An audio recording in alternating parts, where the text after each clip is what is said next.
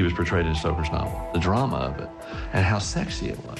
For this version, the screenwriter Jim Hart resurrects one of Bram Stoker's original inspirations for Dracula, Vlad Dracula, also known as Vlad the Impaler. He was a seriously scary bad guy. His favorite method of executing people was to impale them on stakes. I've seen a woodblock illustration of people being beheaded and staked, and Vlad supposedly ate his Easter feast while watching this mass execution taking place. Stoker borrowed the name of the Dark Prince, but Coppola goes a step further. In his film, Dracula is Vlad the Impaler. Grief-stricken over his wife's suicide, he commits the ultimate sacrilege. He sticks his sword in the cross, and all this blood comes pouring out of the cross, and he drinks it, and he damns the church. And that's how his vampire powers originate. But Coppola's Dracula isn't just about faith. This is the 1990s, and the real world is facing a new horror, the AIDS crisis. I lost my brother in '88, the early victim to AIDS, and he's all through the film for me. The whole struggle that Dracula had, but not wanting to transform Mina by infecting her in a sexual act. This was about that moral responsibility you have when you carry a disease and you're passing it on to somebody you love.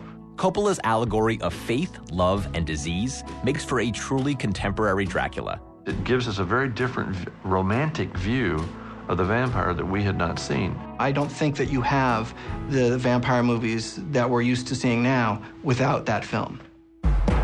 Coming up, in Count Dracula, we found the perfect villain for troubled times. But what happens when vampires decide to infiltrate society?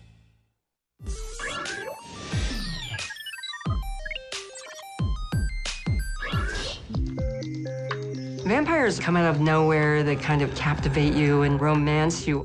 That's, pretty hot. They represent danger. Some beautiful, some ugly, but in a very interesting way.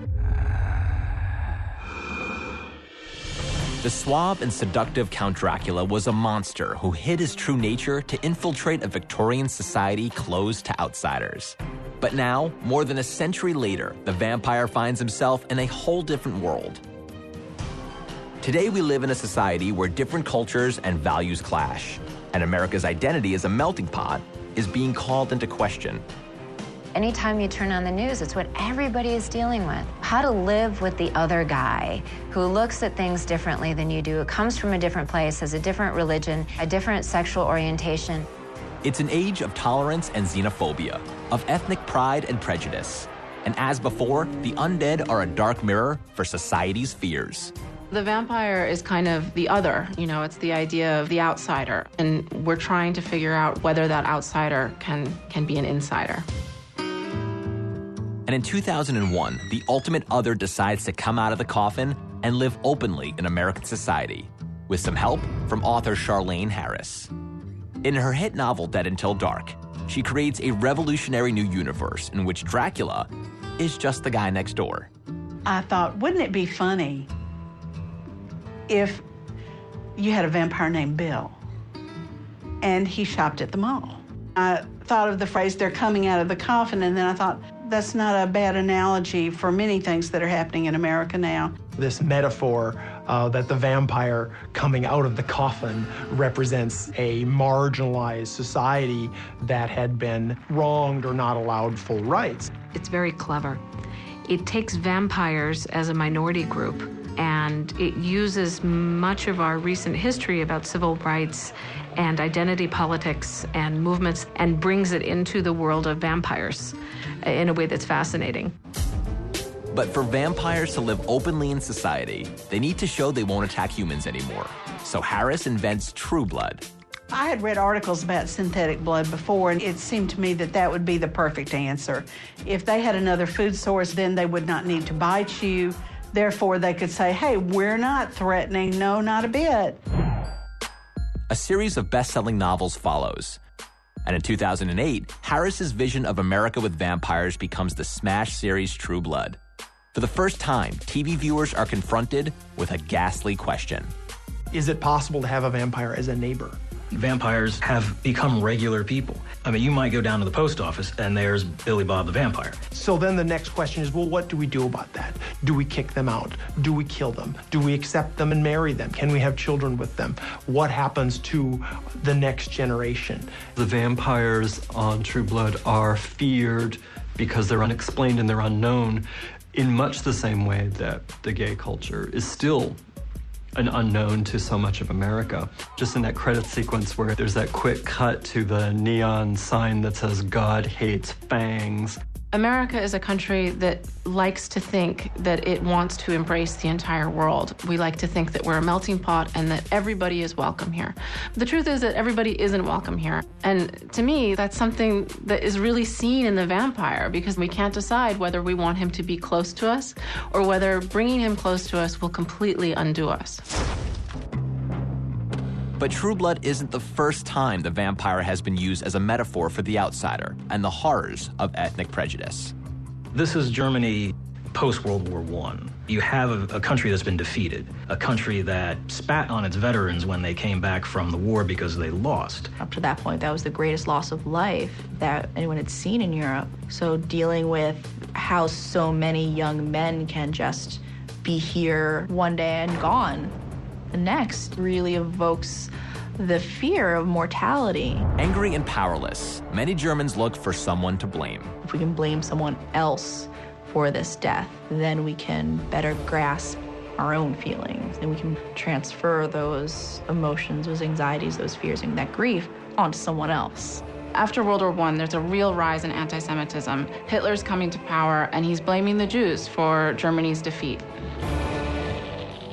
Into this powder keg of hatred steps F.W. Murnau, part of a new generation of filmmakers determined to capture the ills of society on screen. Murnau was motivated to make a vampire film because of his memories of the trenches of the First World War and how horrific they were.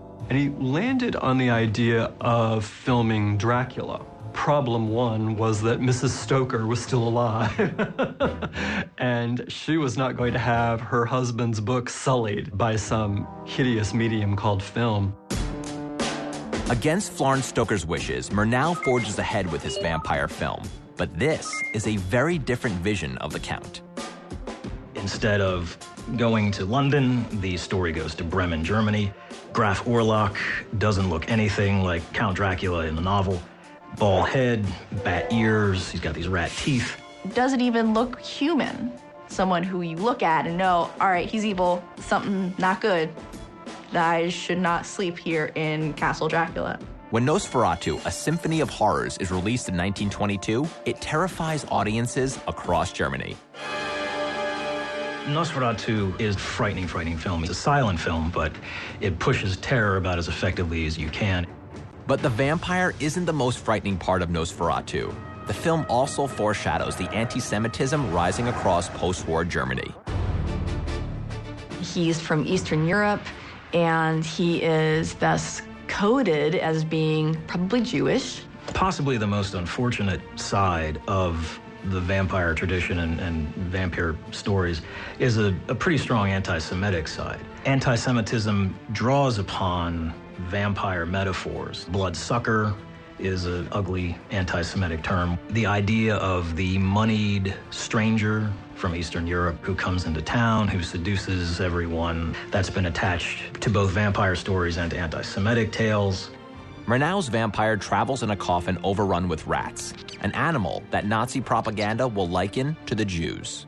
Orlok is essentially the personification of evil and disease.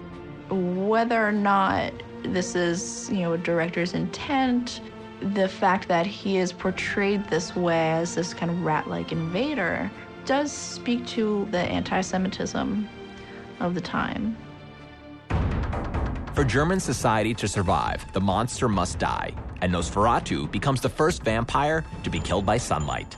In the novel, Dracula is weakened by sunlight. His powers aren't at their highest during the day, yet with Nosferatu, he's destroyed by it. He literally dissolves once the sun rises. Societal order is restored. We've gotten rid of this terrific threat.